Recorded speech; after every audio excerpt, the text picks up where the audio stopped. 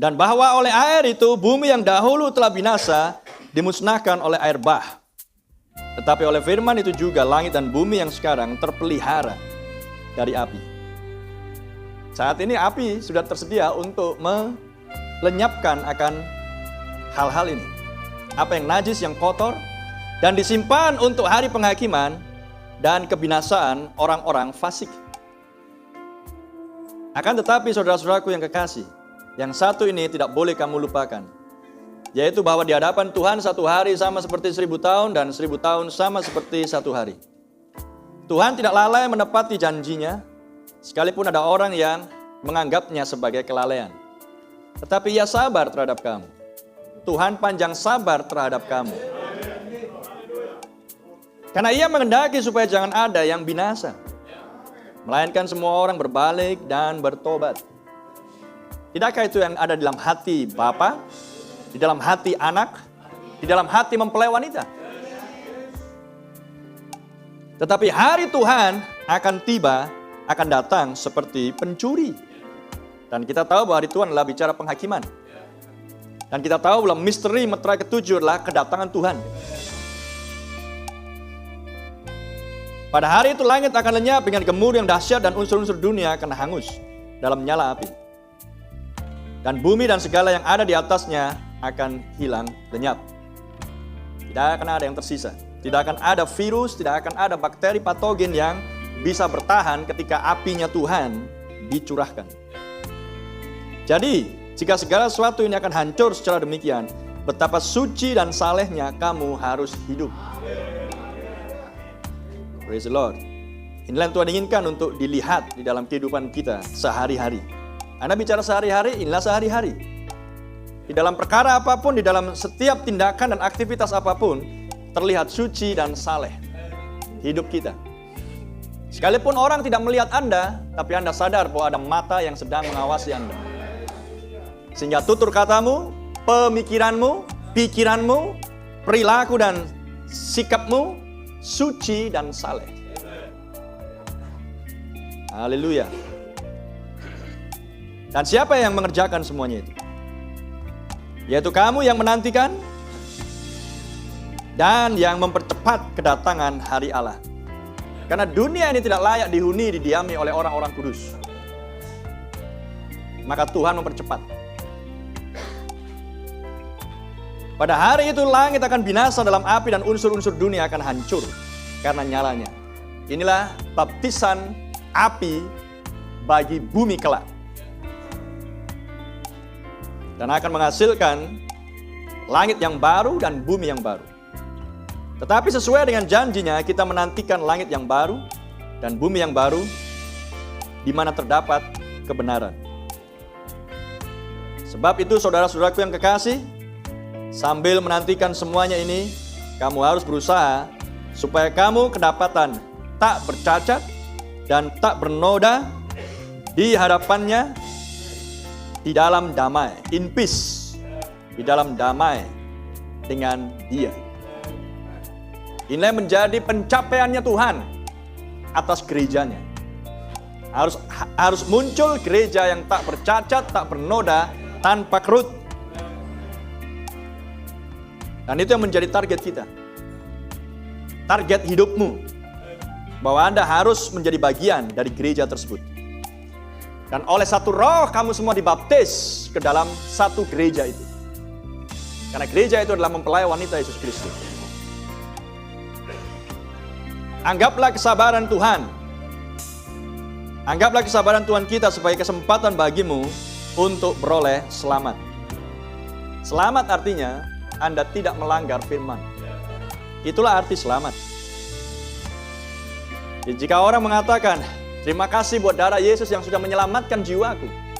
Tapi hidupnya, pemikirannya, khotbahnya, doanya melanggar firman Tuhan, maka dia tidak selamat. Selamat artinya, jika Anda ketemu dengan persimpangan dan ada lampu merah, lampu lalu lintas, Anda tidak melanggar lampu merah. Itu artinya selamat. Bisa paham? Karena jika lampu merah Anda langgar, sedangkan yang di sisi yang lain lampu hijau, apakah mungkin selamat? Bisa paham? Ketika hijau mulai jalan dan Anda tahu masih merah, tapi Anda juga jalan. Mungkinkah selamat? Logikanya seperti itu. Jadi selamat artinya adalah Anda tidak melanggar lampu merah. Tidak melanggar firman. Karena banyak orang melecehkan akan arti selamat. Hidup sesuka-sukanya, yang penting di dalam pesan. Yang penting percaya nabi.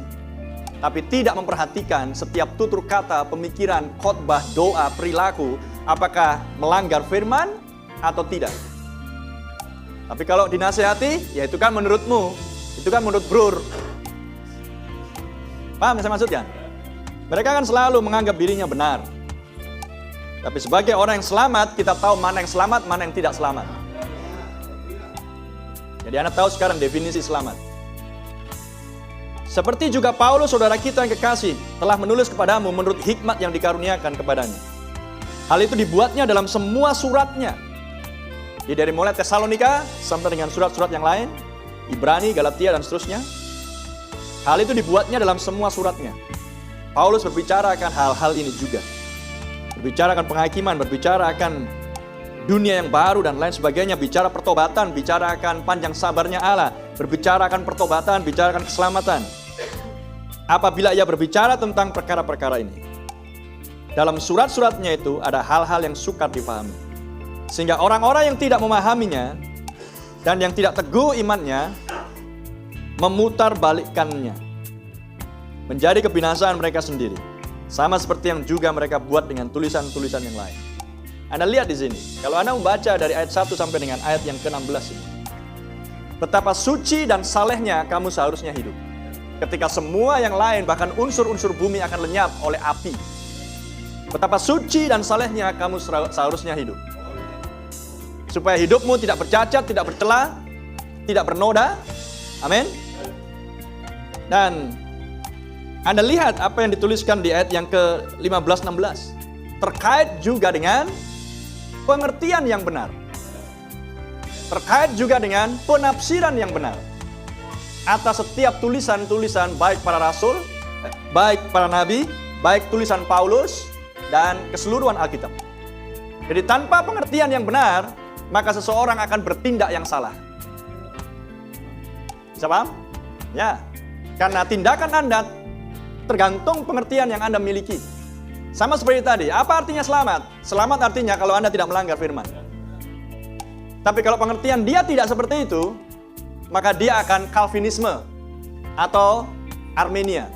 Calvinisme, percaya aja yang penting selamat. Percaya aja pasti kamu selamat. Armenia, maka dia akan berusaha dengan berbagai macam cara, tindakan-tindakan yang terlihat kelihatannya benar, tapi di mata Tuhan adalah sebuah kain lara.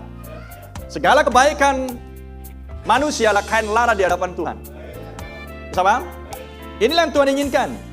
Karena Anda harus melihat seperti Tuhan Yesus katakan, kamu murid-muridku jikalau kamu melakukan segala perintahku. Bisa paham? Tuhan Yesus juga mengatakan, dunia akan tahu bahwa kamulah murid-muridku jikalau kamu saling mengasihi. Jadi nas yang satu berbicara sebuah ketaatan, berarti kamu murid. Yang satu berbicara akan saling mengasihi satu dengan yang lain, maka kamu adalah murid. Bisa paham? Tapi jika seseorang hanya mengandalkan yang satu, memakai yang satu, yang penting mengasihi kita, tapi gagal di dalam mentaati setiap firman, maka apakah Anda murid Yesus? Anda hanya bisa saling mengasihi jika Anda mentaati firman. Itulah keselamatanmu. Maka jika Anda tidak mengerti hal-hal yang dituliskan oleh Nabi dan Rasul, bagaimana Anda akan bisa taat? Bisa paham? Anda hanya modal semangat taat, tapi Anda tidak memiliki pengertian yang benar. Bisa paham? Maka akan terjadi hal-hal yang tidak benar dari tindakanmu yang kurang pengertian. Rasul Paulus katakan di kitab Roma, mereka orang-orang Yahudi giat di dalam melayani Tuhan, tapi tanpa pengertian yang benar. Bisa paham? Hal yang sama dengan Anda melakukan pekerjaan sehari-hari. Hal yang sama dengan Anda melakukan sebuah pekerjaan tertentu yang dibutuhkan keahlian, kemampuan, keterampilan. Anda hanya semangat ingin melakukan karena Anda ingin, Anda mau, Anda rela, Anda taat di perintah sana sini, tapi kalau Anda disuruh melakukan tanpa pengertian, maka ketaatanmu akan sia-sia.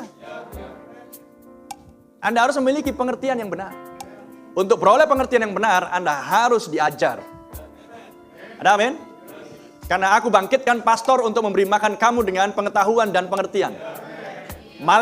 Malaikat Gabriel datang kepada Daniel dan berkata, aku akan memberikan kepadamu keterampilan, skill, dan pengertian. Bisa paham? Jadi inilah hal yang harus dipahami, karena Yesus juga mengatakan, kamu harus dilahirkan kembali oleh air dan roh. Jika tidak, kamu tidak akan melihat kerajaan Allah. Melihat artinya adalah mengerti.